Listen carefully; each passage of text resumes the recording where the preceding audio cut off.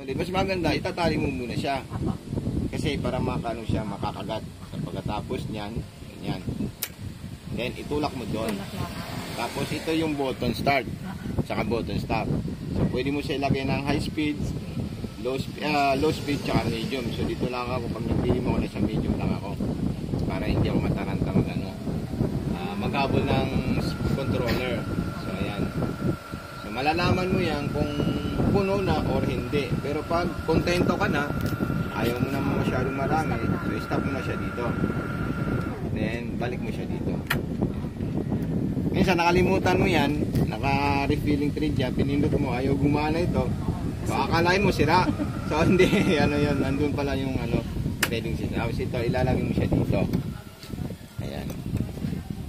Din yung araw naman ng sinulid, kung may mapansin kang gano'n, so yun ang susundan mo. So gaganito mo po siya, ma'am. Ayan. Yan, ipapasok doon sa Opo, may hiwa, di ba? Opo. So ayan po siya. So kuha tayo ng ordinaryong sinulid para dito natin ilalagay kasi yung mga ganito, matitibay yung ganitong sinulid na glove. Yung mga ganyan na experience. Kailangan po mga ganyan na Opo, ma'am. Kasi pag kumuha ka ng ganon, ilang linggo lang yung nakatambay, expire na po yan. Kaya kailangan sa mga ganyan, within 2 weeks, 1 week, ubos na siya. Sayang pala. Sayang. Mga ganito, mas maganda at saka advisable yung ganyan. So ayan yung refilling thread niya. So ayan po siya. Ayan. Then ito, ilalagay mo siya dito, ma'am. Siya. Kasi wala na tayo sa baba, di ba? So dadaan tayo dito. Isa. Then dalawa. Ayan. So ayan na yung niya. Arrow niya. Then dito naman, tatlo. Then di mo makita yung hiwa o yung hook. Itataas mo yan. Sige po, ma'am. Taas mo siya. Okay, so ayan. Pwedeng ganyan, pwede rin patusok. Dyan sa may Opo, putas. Papunta po dito kasi baka mataranta ka. Dito ka gumanon, baliktad yung tahi mo. Imbis na maganda, magiging siya. Magiging laktaw-laktaw. So dire-diretso po siya dito. Ayan. So ayan.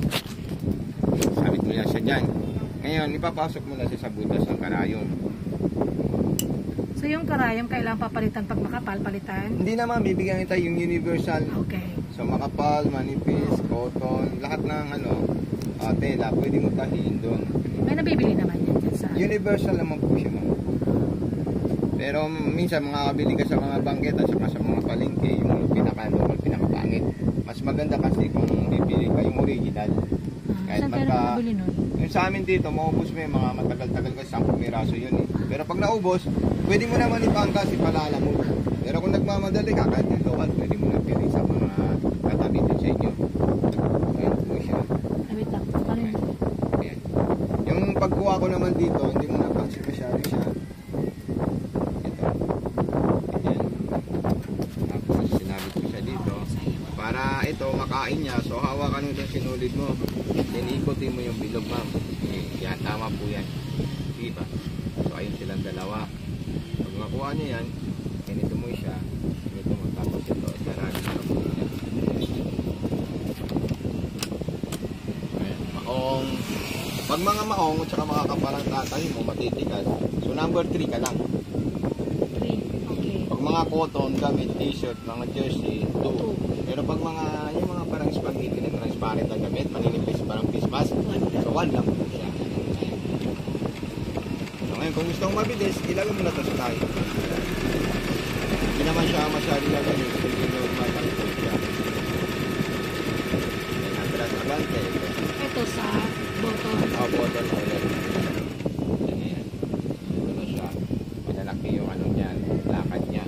So ngayon, kung gusto mong kung maliliit lang na tahi, dito ka sa number 2. Ikutin mo yun, number 2. Yan, okay. So normal po yan. Pwede rin siya sa dalawang patong na mount. Kasi lagi mo ito sa amin. ito yung lock. Atras na ba ganyan po yan, ma'am?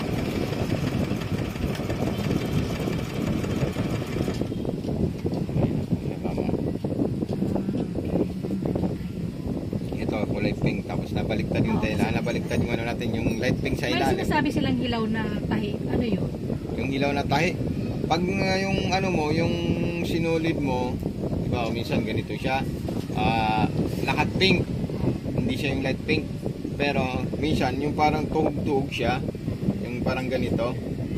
Ito kasi normal na to kasi magkaiba yung sinulid natin. Isa pang ano doon, kuminsan ganito siya, ito hindi mo ito naisabit dito. Hindi ganyan yung position niya. Ganito siya, parang ilaw na tayo sabi nila. Ayan siya. Oo, hindi diba? na sa ano. Hindi siya nakano. Ngayon, pag itinahin natin yan, huwag muna natin yung sarado. Yan, pag itinahin natin yan, ibang-iba yung tahi niya. Talagang pwede sabihin na ilaw or pwede sabihin na pangit. Ayan, yan yung ano. Okay. Nakita mo na siya. Ayan. Parang may mga bukol-bukol. So, kailangan mo sa ayos ito. Sa ayos, oo. Yan. Madali lang po siya. Ganyan lang siya. Sasabit mo lang siya po. Sa Ayan. Tapos, alam mo lang siya. Then, subukan natin yung mga stitches. Ayan. Cut. Button holder. Ayan. So, ito para sa mga stretchable na tela. Itong 4, tsaka 5 yung bra, panty, underwear, nababanat. Ayan. So, hindi mo yan pwede tayo sa mga maong. So, ito yung mga pwede mo tayo sa maong. Ayan. Pwede sa maong aging. Yung parang dun sa laylayan. Opo. Ito siya. At susunod naman yung piping number 7. Okay. Ayan. Hindi ko na maikot ma'am, di ba? Kasi nakalubog yung Nakalubog yung so, kailangan ko siya taas. Sumunod naman, may pang baston yan. Kung magre-repair ka ng gamit, magpupulog ka ng pantalon. Alin po yung sa button ng pantalon? Ito siya ma'am. Di ba ito normal lang to? Ito hindi siya normal. Parang pag nagpupi ka ng maong, Okay. mo, Para makapal yan. makapal siya. Hindi ka nabibili ng hindi ka nabibili ng sinulid na 20 Malaki. yung mataba. Mataba. Huwag ka na bumili doon ma'am. Kaya lang yung pera mo doon, gamitin mo ng number 8. Ayan. Diba, magkaiba sila. Sa sigsag naman tayo. Yung sigsag natin, 3. Pang mga shell, satin, sipon, yung number 9. Bawal dito sa maong. Pupunta ka na dito sa number 10, tsaka 11. Kasi yung 10 and 11, halos para sila, pero magkaiba ang niya dapat. Kasi yung 10, universal. Pwede dito, pwede dito. Kaya number 10 na siya, di ba? Number 10. Akin yan. Tapos, kung gusto mo naman ng pang maong lang or pang makapal, pang matigas, number 11. At natin yung parahin natin. Yan. Kung may katanungan ka naman, ano mo lang ako, message mo lang ako. Ayan yung pinagkaiba niya. Ito universal, ito pang makapal, pang matigas. Then kung mag-aaral ka mag-burga, ang pangalan, silagay mo na siya sa number 12. Ayun, parang ganun ginawa ko. Kailangan may ka, may indicator ka. Ano yung indicator? Yung pangalan na susundan mo. Pagdating dito sa amin na kami, kaya namin.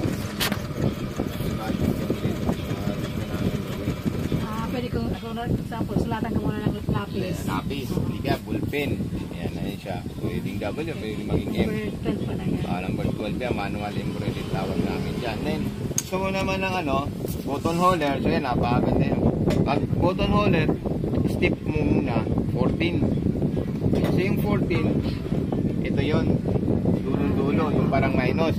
Then, taas ko na natin yung karayom natin. Then, 12, 13, abanti siya. Ngayon, masusukat mo na kung gaano kahaba yung walis or button holder na gagawin mo. Then, ayan, 14 ulit para ma-finish yung letter L na nasa banda dito. Then, balik ka na ng 15.